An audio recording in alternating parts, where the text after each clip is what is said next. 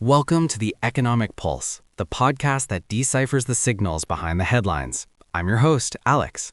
And I'm Beth. Today, we're dissecting a scenario that's causing tremors in global markets, a potential 2025 oil shock triggered by the ongoing conflict involving Iran. We've all seen the anxious headlines and the nervous chick-up in prices at the pump. Yeah. But what's speculation and what's a probable outcome? Today, we're using a detailed analytical framework to map out the possibilities. Beth, let's start with the core concept. When we say oil shock, what do we mean in this context? We're talking about a classic supply-side crisis, Alex. Okay. It's rooted in a sudden geopolitical event in the Middle East, with all eyes on the Strait of Hormuz. The shock isn't just about barrels of oil being taken off the market. Right. It's also driven by the intense fear of that happening, which, adds an immediate risk premium to the price. This framework organizes the chaos into 4 distinct scenarios. The most probable, with a 45% chance, is called fast de-escalation. It sounds almost optimistic. It is. It's what many strategists are calling the spike first, normalize later scenario. Right. Picture this. A tense naval standoff or a threat to commercial shipping. Oil prices react instantly, maybe spiking to $95 a barrel. Wow. But then, back-channel diplomacy works or the military posture relaxes and oil tankers resume their routes. The price then settles back into the more comfortable $70 to $85 range. Okay. For markets, it's a sharp but shallow dip, a wobble, not a crash. Okay, a manageable headache, but what if the aspirin doesn't work? Right. Scenario 2, prolonged partial disruption, has a 30% probability and sounds more chronic. This is where the headache becomes a migraine. It's not a full-blown crisis, but a nagging, persistent problem. Think weeks or even months where shipping is impaired, insurance costs for tankers become astronomical, or targeted sanctions are enforced that choke off a portion of Iran's exports. Oof. In this world, oil doesn't come back down. It finds a new painful equilibrium between $90 and $110 a barrel. And at that level, the global economy really starts to feel the pain. Exactly. The model suggests a hit to U.S. stocks of up to 12%, with global markets, which are more sensitive to energy costs, falling even further. Grave. This is where you start hearing the word stagflation being whispered. Yeah. But even that isn't the worst case. That brings us to scenario 3, the severe choke point shock. The probability is only 15%, but its impact would be enormous.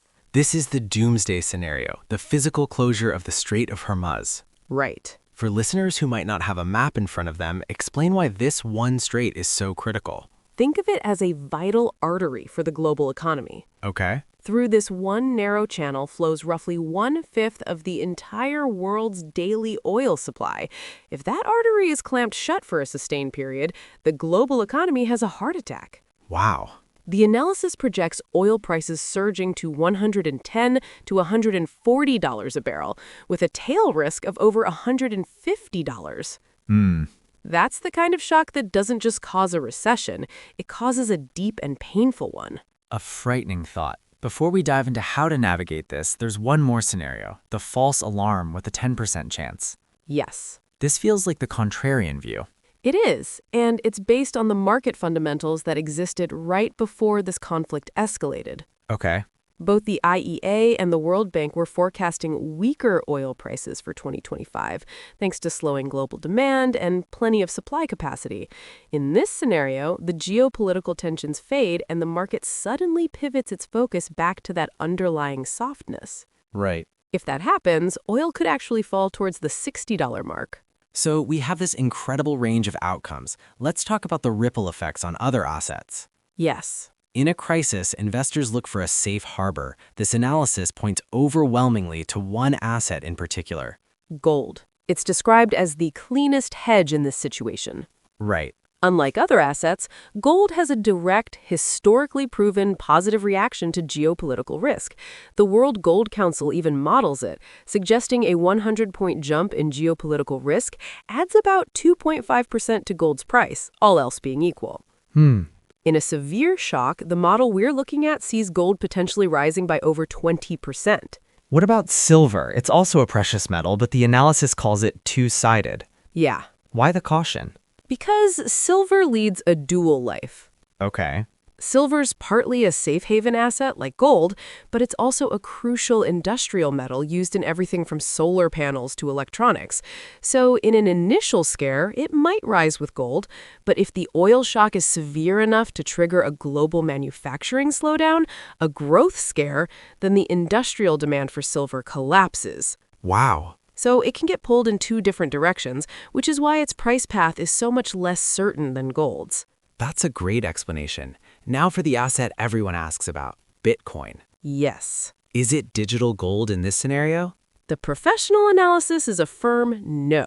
Ah, JP Morgan's research suggests Bitcoin is not a dependable oil shock hedge. it still behaves too much like a high beta risk-on asset, similar to a speculative tech stock. Okay. When a real crisis hits and investors are rushing for the exits, they tend to sell their most volatile holdings first. So Bitcoin price might do anything, sell off with stocks, rip higher on a short-lived narrative, or both. The only guarantee is extreme volatility. So if we step back and look at the most likely path, that spike first, normalize later scenario, what's the practical interpretation for investors? The playbook for that base case is fairly clear. Yeah? An overweight position in the energy sector, which benefits directly from higher prices, and in gold, the premier safe haven. At the same time, you'd be cautious or underweight on non-US developed markets, which are more vulnerable to high energy costs. Right. But it all hinges on the conflict being contained. And that's the key. The reason a temporary spike is the most likely outcome is because the global market started with a buffer, spare production capacity, and inventories. Exactly. This isn't the 1970s, where any disruption immediately meant a shortage. Exactly. There's a cushion. Right. But as this analysis makes clear, a 15% probability of a severe artery clogging shock is not zero. And that's the tail risk that could upend everything we think we know about the year ahead. It's a powerful reminder of how interconnected our global economy is, Yes, where a conflict thousands of miles away can directly influence our financial landscape. absolutely. And it forces us to think about risk in a much more dynamic way. Now, here's a question we'd like you, our listeners, to think about. Given these potential shockwaves, how much do you believe geopolitical risk is, or should be, factored into long-term financial planning?